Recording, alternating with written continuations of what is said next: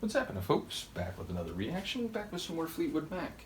And we're going to take a momentary break from Tango in the Dark, because a few days ago I heard a snippet of a Fleetwood Mac tune that made me realize, number one, I had heard it before, at least in part, and indeed I heard it at work and I wasn't able to sit and listen to it in detail.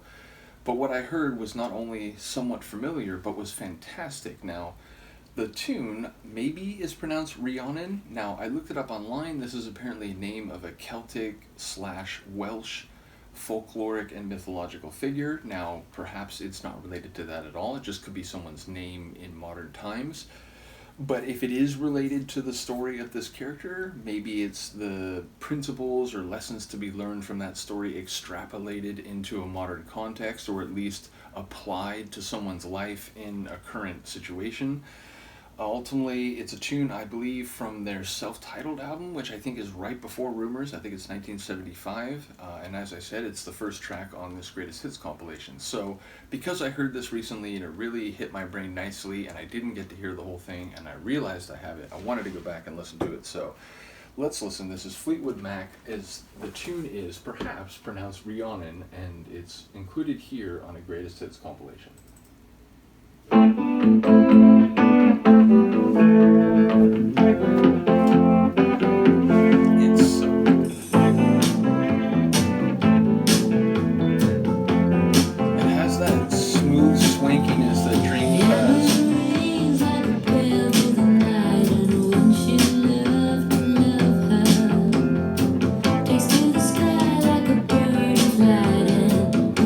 Another bird reference.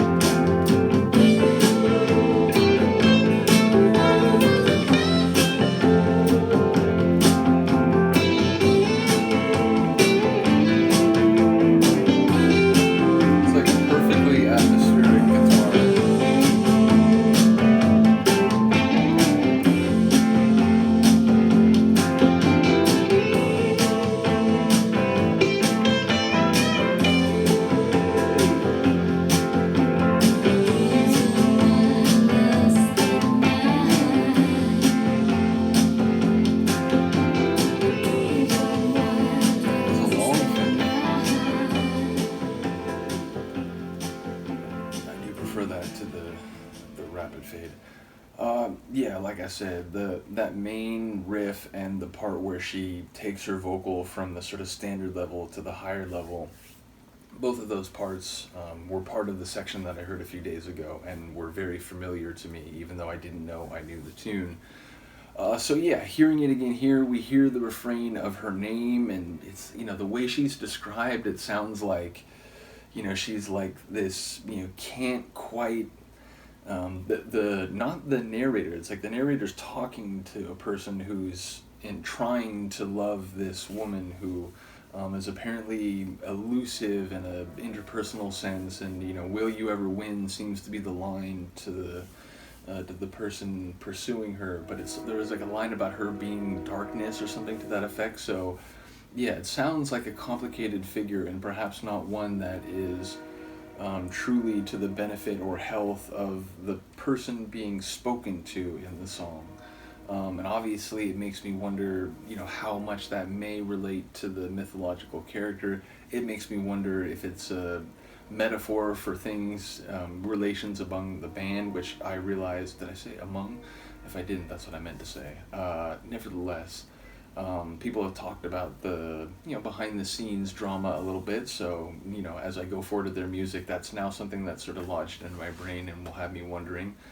But also, it makes me wonder if the nature of the interpersonal dynamic is like a three-part story, or whether it's just the sort of omniscient narrator describing what they see between two other people. So either way, I enjoyed the smoothness of the tune. Again, it has that same glide that the song Dreams does. It's a bit different of a feel, certainly, as it plays out, but it has that same, it doesn't surprise me that this tune comes from generally the same era, the mid-70s, because it just hits that same nice smoothness that Dreams does. So yeah, I enjoyed the feel to the tune, and yeah, the guitar at the end, particularly atmospheric and enjoyable, a bit bluesy. And then there was that element where I couldn't really figure it out. It was like, is that keys, or is it like genuinely a xylophone? My guess would be keyboards, but it had that sort of struck sound to the melodic run, so I enjoyed that as well. So, cool tune. As I said, we'll jump back to Tango in the Dark. Eventually we'll go through more on this compilation, a couple of which, Dreams is on here, so we've already gone through that, but there's a number that aren't on either of the albums I've had made available to me. Once again, shout out to Han Solo and Alicia. And yeah, as I said, we'll go back to Tango in the Dark. Let me know what you think of this tune. Let me know if there's, a particular aspect to the story of this character that does relate to the song, which I imagine still is operating on multiple levels in one way or another. So anyway, let me know what you think. I'll see you next time. Peace.